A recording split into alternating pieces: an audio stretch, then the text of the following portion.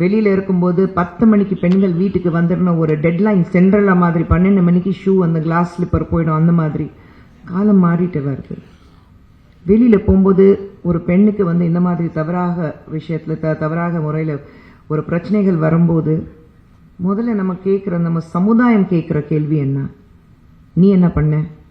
நீ பேசியிருப்ப, நீ அவன் உங்ககிட்ட பேசும்போது நீ அவனுக்கு இடம் கொடுத்துருப்ப, உனக்கு யார் அந்த நேரத்தில் போக சொன்னா?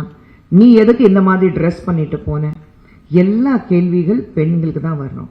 யாராவது ஆண்கள் பார்த்துட்டு ஏன்டா அவளை தப்பான முறையில் பார்த்தேன், ஏன் அவளை தவறான கண்ணோட்டத்தில் பார்த்தேன், ஏன் அவளை பற்றி தப்பாக நினச்சிக்கிட்டேன், இது யாருமே கேட்கறது இல்லை.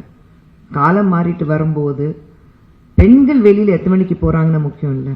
பசங்க கிட்ட போகும்போது 10 மணிக்கு நீ வீட்டுக்கு வரணும், நீ வெளியில் போனால் பெண்களுக்கு ஆபத்துன்னா சொல்ல காலம் இன்னைக்கு இருக்கு. மகாத்மா காந்தி சொன்னாரு, என்னைக்கு ஃபுல்லா நகை ஆனந்து 12 மணிக்கு ஒரு பெண் ஃப்ரீயா ரோட்ல போறாளோ பயம் எல்லாமே, அன்னைக்கு தான் நம்ம நாட்டுக்கு சுதந்திரம் கிடைச்சிச்சு. இன்னைக்கு 12 மணி போக தேவையில்லை. ஒரு நட்டு நகை போடலனாலும் 2 வயசு குழந்தை கூட பாக்குறது இல்ல, 80 வயது மூதாட்டி கூட பாக்குறது இல்ல. அப்படி ஒரு வக்ர புத்தியுள்ள இருக்கும்போது நம்ம எவ்வளோ பேசணும், எவ்வளோ வெளியில வரணும். நான் சொல்றேன், எல்லாமே அளவா இருக்கணும். அளவுக்கு மீறி அமிர்தமும் விஷம் சொல்லுவாங்க. Everything should be in control. The liking, எனக்கு இன்ஸ்டாகிராம்ல எவ்வளோ லைக்கிங் வந்தது, ஃபேஸ்புக்ல எத்தனை பேர் காமெண்ட் பண்ணியிருக்காங்க, என் ரீல் எவ்வளோ ட்ரெண்டிங்ல இருக்கு, இது எல்லாமே ரொம்ப ஐ திங்க் என்ன சொல்றது, இட்ஸ் அ வெரி மொமெண்ட்ரி விஷயங்கள். அப்ரிசியேஷன் கண்டிப்பாக இருக்கணும். வீட்டில் யாருக்கு அது அப்ரிசியேஷன் இருக்கா? நம்ம மல்டி டாஸ்கிங் பற்றி எல்லாரும் பேசுகிறோம்.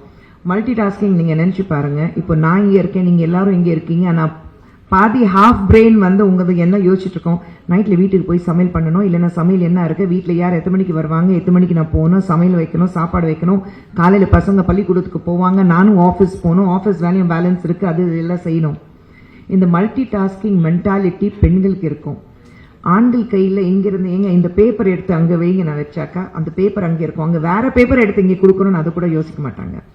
இது எல்லா வீட்லையும் இருக்கு, என் வீட்லையும் நடக்குது, ஒன்றும் புதுசு கிடையாது. என் வீட்டுக்காரர் சொல்வாரு, ஒரு பொருள் இருந்தது அங்கே டேபிளில் இருக்குங்க, நான் டேபிள் ஃபுல்லாக தேடி பார்த்துட்டேன், டேபிளில் இல்லை. நம்ம போய் பார்த்தா நாங்கள் இங்கே தான் இருக்கோம். ஓ, இது இங்கே தான் இருக்கா, நான் பார்க்கவே இல்லை. இது என் வீட்டில் வேற, உங்கள் வீட்டில் வேற இல்லைங்கிறது கிடையாது, எல்லா வீட்டில் நடக்குது. Because we are generally born with multitasking capacity capabilities. We have that. It's an inborn talent. ஆனா ஒரு வீட்டில் ஒரு பெண் நீங்க வெறும் ஒரு இல்லத்தரசியாக இருக்கும்போது என்ன சொல்லுவாங்க, நீங்க என்ன பண்ணிட்டு இருக்கீங்க? இல்லைங்க, நான் just house wife. Just house wife தயவு செஞ்சு சொல்லாதீங்க. ஹவுஸ் ஒய்ஃப்ங்கிறது எவ்வளோ பெரிய பொறுப்பு உங்களுக்கு தெரியுமா?